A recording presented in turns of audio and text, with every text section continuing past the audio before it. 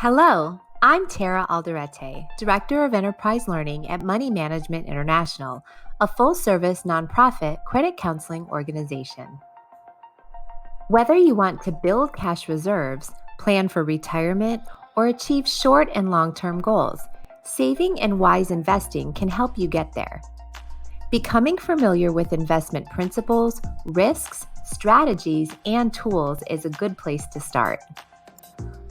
Lending and owning assets both create wealth, and you may have several types of each. Lending assets pay interest on money saved or deposited in a financial institution. They're low risk, so you preserve your savings and still earn a reasonable rate of return. Savings accounts, certificates of deposit, money market accounts, and bonds are all lending assets. It's common to have multiple lending assets because they meet different needs. For example, a savings account might be the best vehicle for cash reserves and emergency savings because you'll need convenient access if an unforeseen event occurs. But when saving for short-term or mid-range goals, a certificate of deposit or money market account could be a better fit. There may be minimum deposit and withdrawal requirements, but you'll likely earn a higher rate of return. Owning assets are associated with investments. They include mutual funds, real estate, and ownership in a company, either outright or through stocks. Investments can be risky because they're not guaranteed and require the investor to withstand market highs and lows.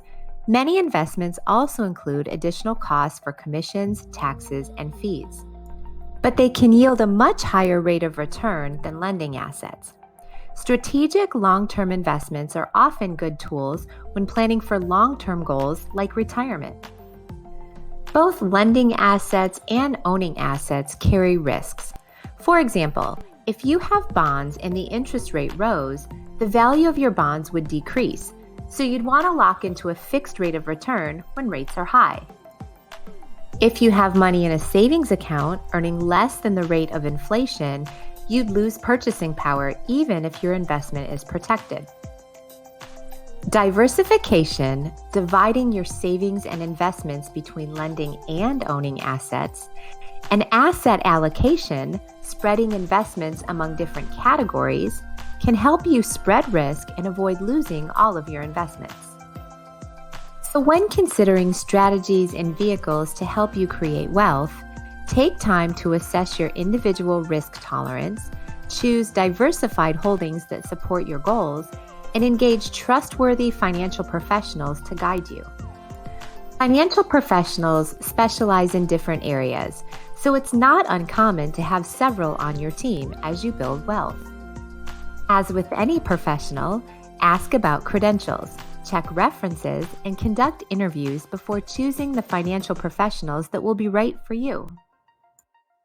Interest earned on savings and investments is compounded, so the earlier you start, the more you'll earn over time. But it's never too late.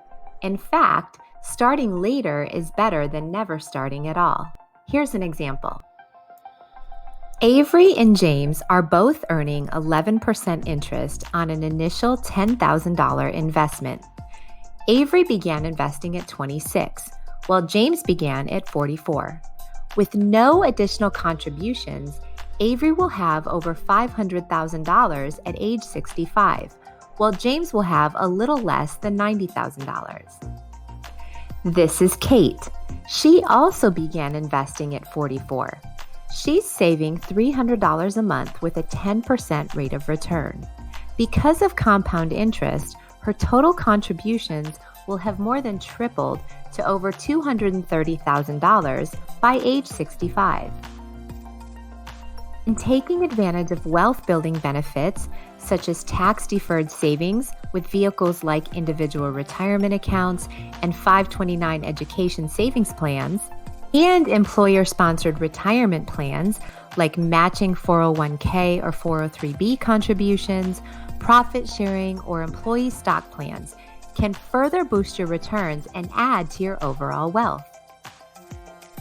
Creating wealth happens over time, so it's important to gauge your progress and make sure you're on the right track. Regularly calculating your net worth can help you do this. Net worth is essentially a comparison of what you own versus what you owe. To calculate it, determine your total assets from all cash, real property, and investments. Then subtract your total liabilities, including all debts, obligations, and taxes owed.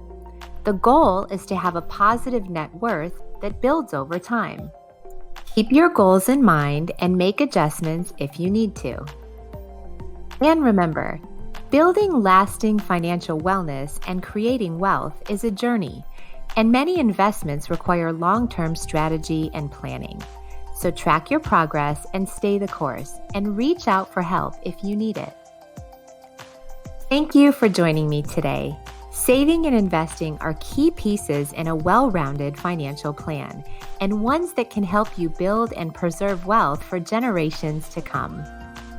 To learn more about this and other financial wellness topics, or to schedule a counseling session, give us a call at 866-889-9347 or visit us online at moneymanagement.org today.